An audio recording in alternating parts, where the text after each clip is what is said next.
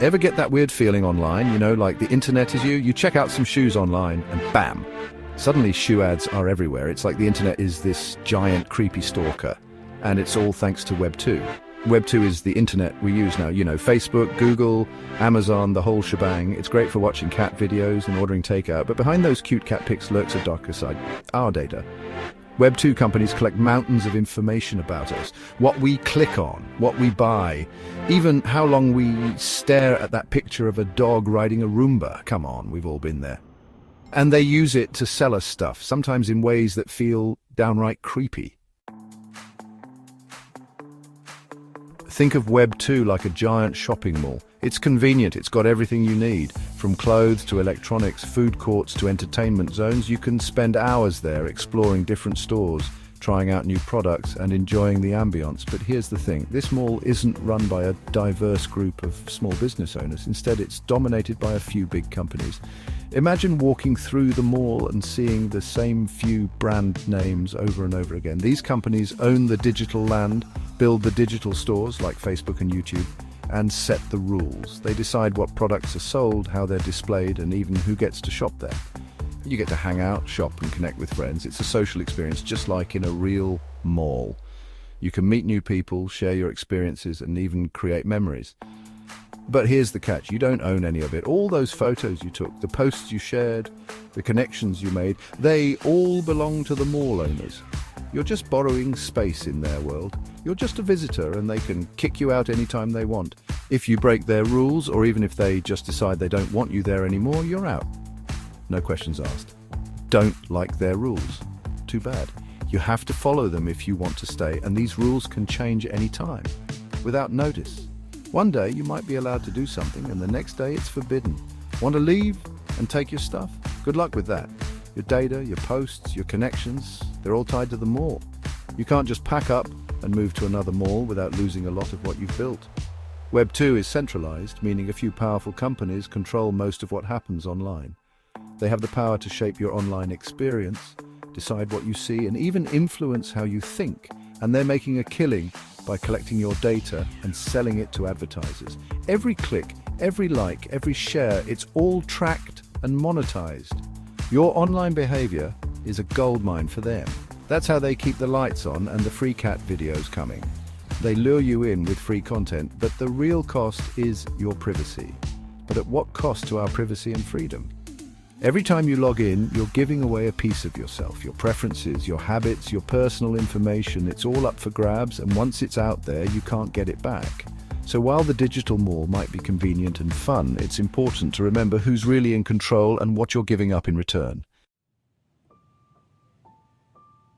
Sure, those targeted ads can be annoying, like that time I accidentally clicked on an ad for toenail fungus cream. It was a simple mistake, but the consequences were far-reaching. For weeks, I couldn't escape the relentless barrage of ads for similar products. It felt like the internet was mocking me, constantly reminding me of that one misclick. But this is just the tip of the iceberg when it comes to the issues with Web2, and was haunted by it for weeks. Every website I visited, every app I opened, there it was, another ad for toenail fungus cream. It was as if the internet had become a relentless salesperson, refusing to take no for an answer.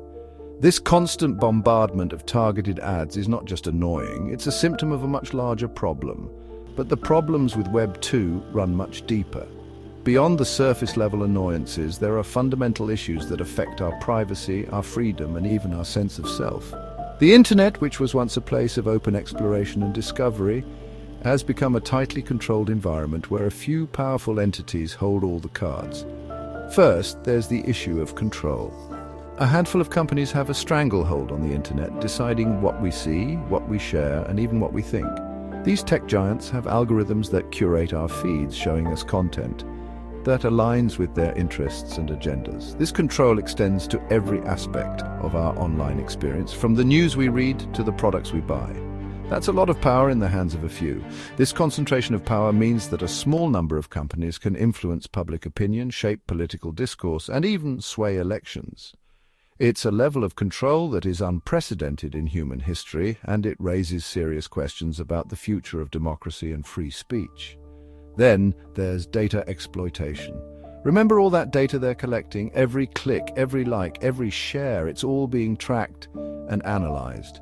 These companies know more about us than we know about ourselves. They use this data to create detailed profiles which they then sell to advertisers.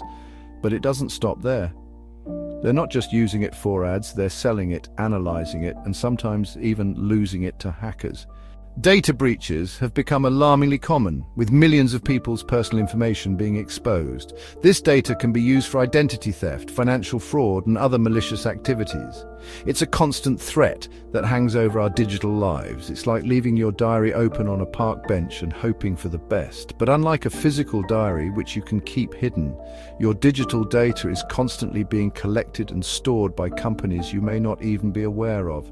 This lack of control over our own information is deeply unsettling. And let's not forget about censorship. Web2 platforms have the power to silence voices they don't like, whether it's political dissent, artistic expression, or just someone complaining about their slow internet speed. This censorship can take many forms, from outright bans to subtle algorithmic suppression. The result is a chilling effect on free speech, where people are afraid to speak their minds for fear of being silenced. Finally, there's the issue of ownership. On Web2, you don't really own anything, not your data, not your content, not even your digital identity. Everything you create and share online is subject to the terms and conditions of the platforms you use.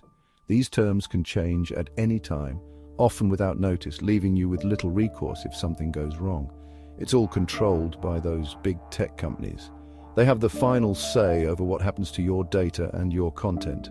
This lack of ownership means that you are always at the mercy of these companies with no real control over your digital life.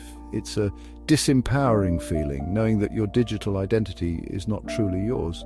But there is hope on the horizon. A new paradigm is emerging, one that promises to return control to the users and create a more open and equitable internet. And that's where Web3 comes in. Web3 is built on the principles of decentralization, transparency, and user ownership. It aims to create a more democratic internet where power is distributed more evenly and users have greater control over their data and their digital identities. With Web3, we have the opportunity to build a better internet, one that truly serves the needs and interests of its users. Web3 is not just a new version of the internet, it's a fundamental shift in how it works. Imagine a world where the internet is not controlled by a handful of powerful corporations, but is instead governed by the collective will of its users. This is the vision of Web3, a decentralized internet that promises to revolutionize the way we interact online. Imagine if the internet was run not by a few big companies, but by millions of users like you and me. In this new paradigm, every user has a say in how the internet operates. Decisions are made collectively and the power is distributed among all participants. This means more freedom, more innovation, and a more equitable digital landscape. That's the promise of Web3. It's a vision of an internet where users are in control, where data is not hoarded by a few, but shared openly and transparently. This new internet is built on the principles of decentralization, transparency, and user empowerment. Web3 is all about decentralization. Instead of relying on centralized servers and databases, Web3 uses a network of interconnected nodes. Each node is a participant in the network, and together they form a resilient and robust system that is resistant to censorship and control. Instead of power being concentrated in the hands of a few, it's distributed among its users.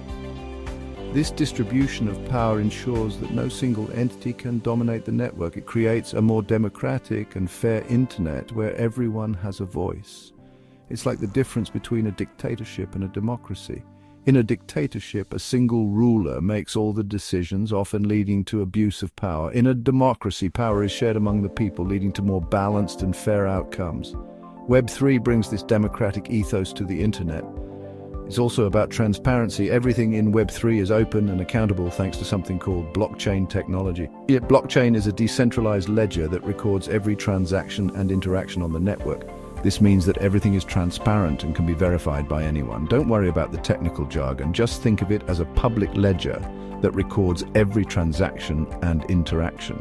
This transparency ensures that everyone can see what is happening on the network, making it much harder for bad actors to manipulate the system. Web3 emphasizes ownership. You own your data, your content, and your digital identity. In the current internet, your data is often controlled by the platforms you use. They can sell it, share it, or even lose it without your consent. Web3 changes this by giving you full control over your digital assets. You control who gets to see it, use it, and profit from it. This means you can decide how your data is used and who can access it. You can even choose to monetize your data, earning rewards for sharing it with others. Finally, Web3 is built on incentivization. In the current internet, your time and attention are often exploited for profit by large corporations. Web3 changes this by rewarding users for their participation and contributions to the network. Users are rewarded for their participation and contributions to the network. This can take the form of digital tokens or cryptocurrencies, which can be used within the network or exchanged for real-world value. It's like getting paid for your time and attention instead of giving it away for free.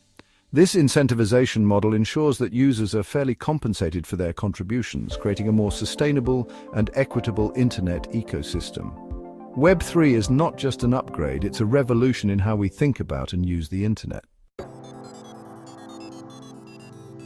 Okay, enough with the abstract concepts. Let's talk real-world examples. You've probably heard of Bitcoin, right? That's Web3 in action.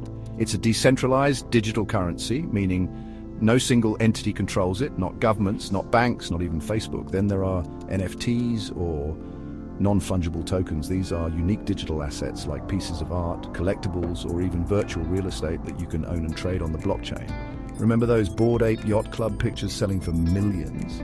That's the power of Web3 ownership. And it's not just about money and monkeys. Web3 is revolutionizing everything from social media to gaming to supply chain management. Imagine a social media platform where you own your data and get rewarded for your contributions, or a game where you can actually own your in-game items and sell them to other players.